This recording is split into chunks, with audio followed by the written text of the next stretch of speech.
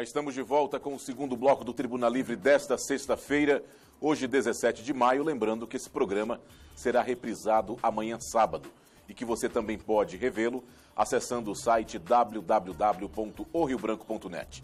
Nós estamos recebendo aqui nos estúdios do Tribuna Livre dois presidentes de partido aqui no estado, o Fernando Melo, do PROS, e o Jamil Asfuri, do PSC.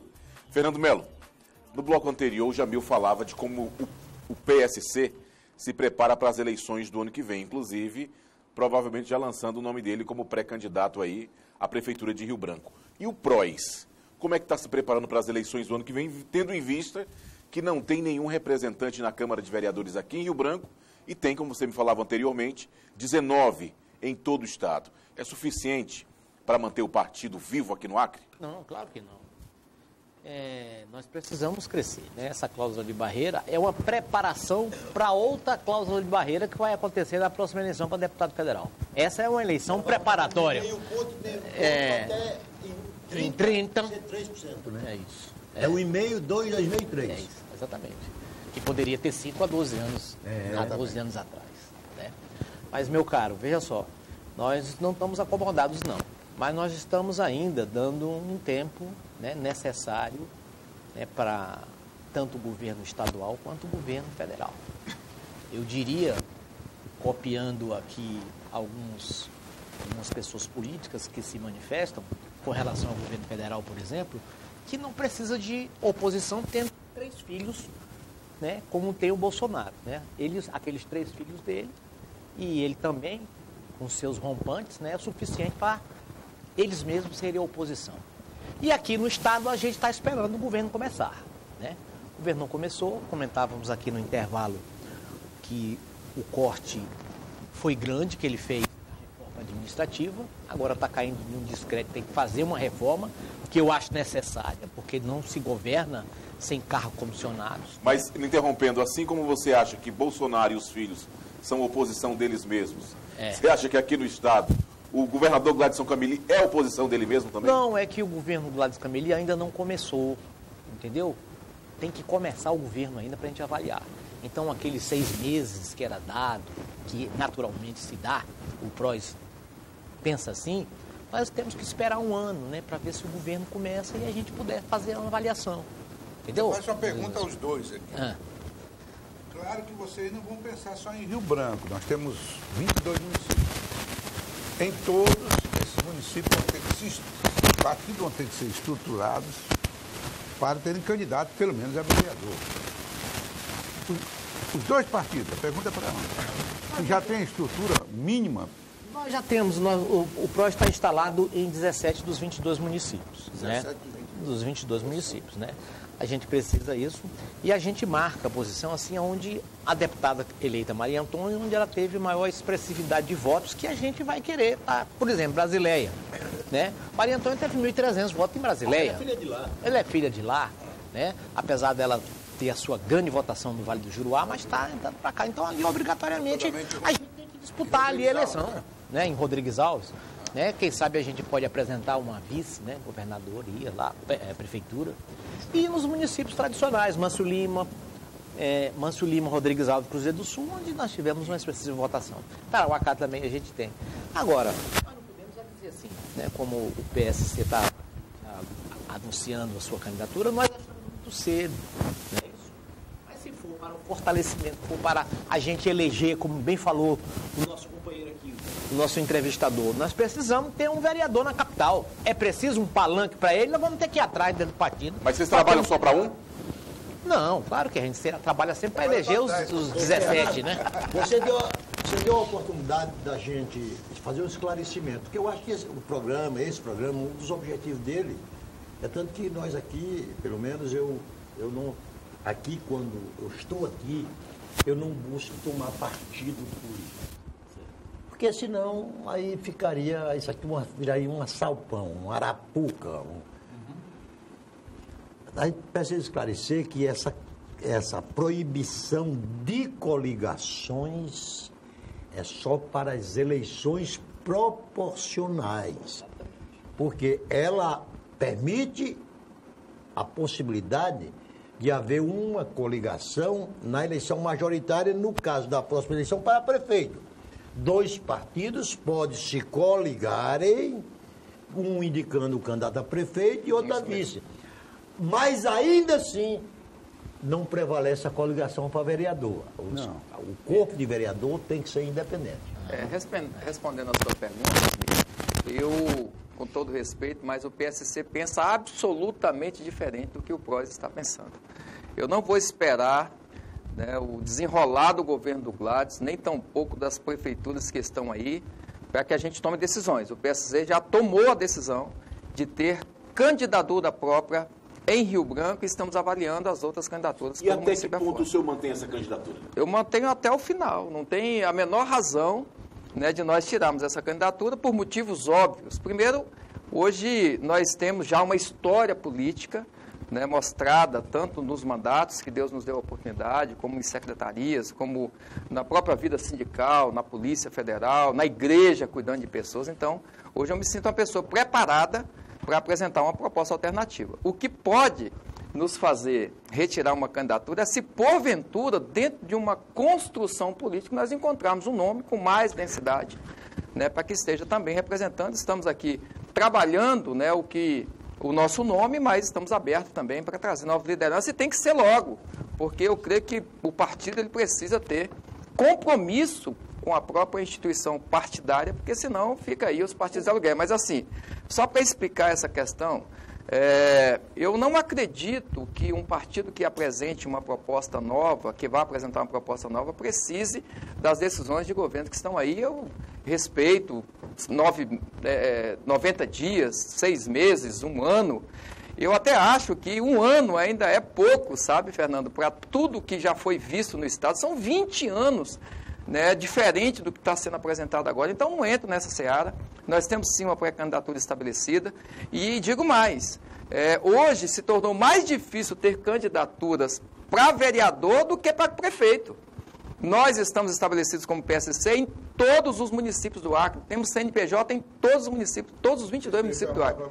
Agora, todos os municípios. Só que muitas dessas, né, desses grupos políticos, eles vão se desfazendo com o tempo, porque a maior parte, né, não foi nem eu que nomeei. Então, tem toda uma história que tem que ser feita uma revisão geral. No entanto, nós temos CNPJ em todos eles.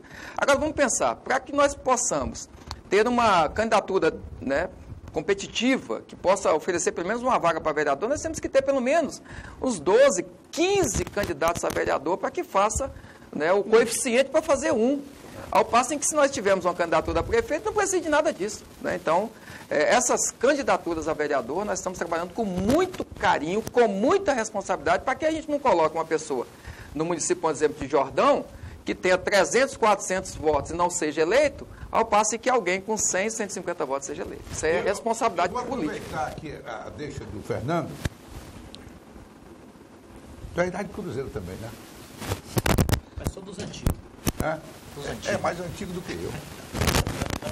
É o seguinte, Fernando, você falou na questão que esperar governo Bolsonaro, esperar governo Gladys, mas você vai ver como é que fica, você está dando uma olhada.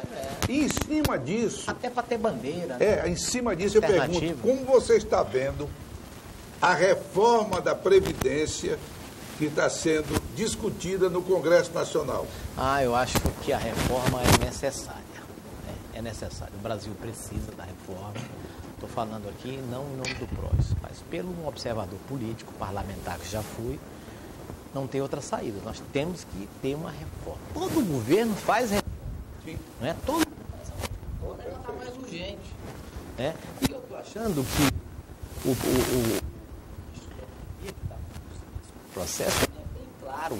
Nunca tivemos um ministro que se expressasse com tanta clareza, com simplicidade, né? E apresentando. Então, acho que a sociedade tem que ficar. Agora, temos que enfrentar alguns problemas, né? Que ninguém quer deixar aqui mesmo no bolso, né? Nós temos que enfrentar, principalmente, os poderes constituídos. O corporativismo, que é forte. Não é isso? Tem que enfrentar. Nós não podemos deixar de aprovar essa reforma. Então, eu falo aqui como presidente de um partido, né, que tem essa visão, e eu acho que vai acontecer.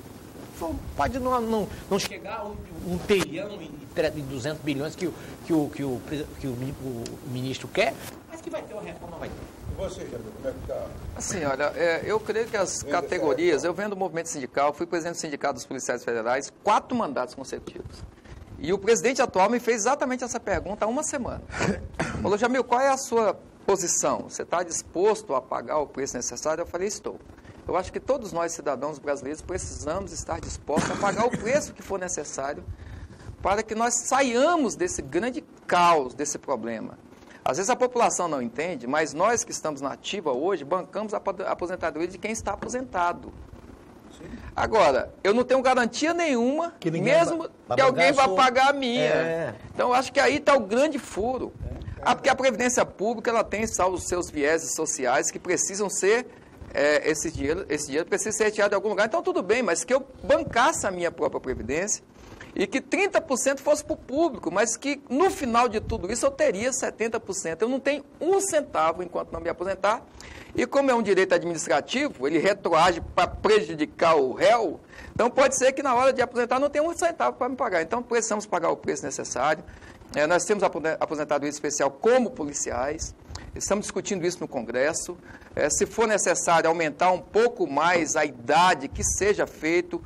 Claro, também não dá para se pensar... Você também é a favor de aumentar um pouco mais a idade? Não, eu sou a favor de que se faça, o sacrifício necessário para que nós tenhamos. Agora, como estava dizendo, não dá para esperar também que um velhinho de bengala esteja aí com a arma na mão no final da sua carreira. Então, a gente precisa encontrar o meu termo disso. Ô, Fernando...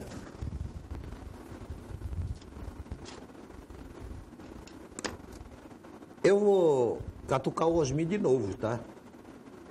Ele é um provocador, estou acostumado. Na época da Constituinte, formaram-se 2 grupos. Dos bem-intencionados, alguns deles raiando a demagogia, e dos realistas. Tu estava em qual? Dos realistas. E eu? Demagogos.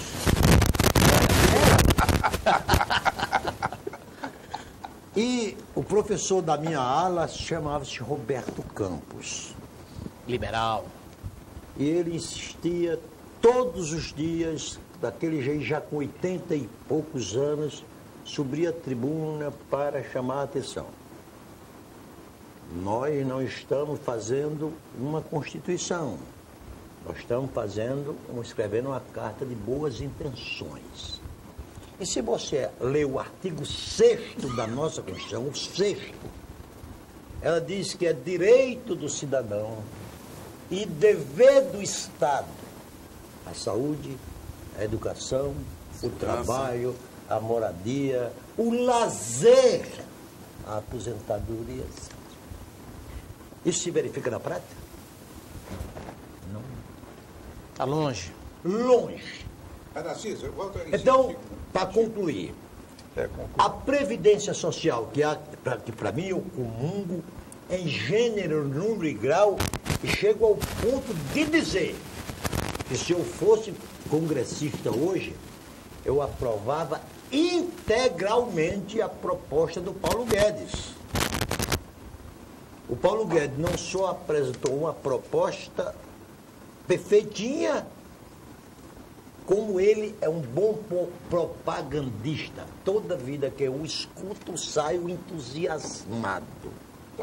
É verdade. Agora acontece o seguinte, para a maioria do povo, você pergunta, você é a favor da reforma? Sou. Sou. Agora quando diz, a reforma do Paulo Guedes, não. Aí diz, os militares dizem que é contra, os professores dizem que é contra, os trabalhadores rurais dizem que é contra. Todo mundo é contra. Quer dizer, então, eu quero saber qual a proposta que vai ser aprovada. Porque mesmo ainda, se integralmente aprovada, a proposta do Paulo Guedes não resolvia nossos problemas. Você é a favor da capitalização da Previdência? Eu sou a favor das duas. A capitalização mantendo... E é possível. A assistência. Vários países mantêm as duas. A de capitalização Porque se eu ganho 50, 60, 70, 80 mil reais por Narciso é mês, entrevistado hoje, né? eu posso aderir à capitalização. Mas o pobre miserável, ele não pode participar do sistema de capitalização. Como? Porque não contribui. Ele não tem condições de contribuir. Muitas vezes, quem participa do sistema geral da Previdência, às vezes passa um mês desempregado, um ano desempregado, e assim sucessivamente. Olha, Responda bem. não, primeiro, eu sou parte da capitalização. O Banco do Brasil, quem se aposenta no Banco do Brasil é um sistema de capitalização. Ótimo. Que ele contribui para o INSS e contribui para o sistema de previdência complementar. Que, inclusive, é um dos mais fortes no país. Exato. Né? A Previ, né? Narciso, o problema é o seguinte, você persiste, não, na questão dos direitos sociais da Constituição. Os direitos sociais não eram uma coisa para o imediato, vamos, a partir de hoje, cumprir. Era uma busca. À medida que o país Então era tivesse carta de condições, intenções, como o Narciso disse. mas não deixa de não ser, não deixa de não ser. Não haveria condições. Agora eu quero dizer o seguinte, eu tenho a maior admiração pelo Roberto Campos. Mas o modelo dele, mas não tenho nenhuma admiração pelo modelo que ele queria implantar nesse sistema social, que era o modelo americano. O modelo americano é um desastre socialmente. É muito bom para o empresário. Por exemplo, férias. Você tem direito, depois de 2 anos, a 2 dias de férias. E não é remunerado. Se você, com raríssimas exceções, lá não há contrato de trabalho. Você trabalha por hora. Inimaginável pensar em 30 dias de férias. Inimaginável pensar em 13º. Né? Então, a realidade deles lá é uma realidade que beneficia muito mais o empresário, daí eles serem ricos, do que os próprios trabalhadores. Né? Mas se isso enriquece o país, o senhor é contra? Não sou contra. Eu estou dizendo apenas que nós, ao colocarmos a proteção na Constituinte ao trabalhador brasileiro, que ele não tinha, eu repito, já vou repetir pela 10ª vez e não falo mais nisso. Eu sou de uma época em que, quando eu fui para a Constituinte, em Cruzeiro do Sul, o empresário remunerava o trabalhador do porto, de carga e descarga, com lata de conserva. E isso precisava ser corrigido. A aposentadoria precisava ser corrigido. Não é verdade? Então, eu acho que nos direitos e garantias fundamentais e sociais, nós não pecamos muito.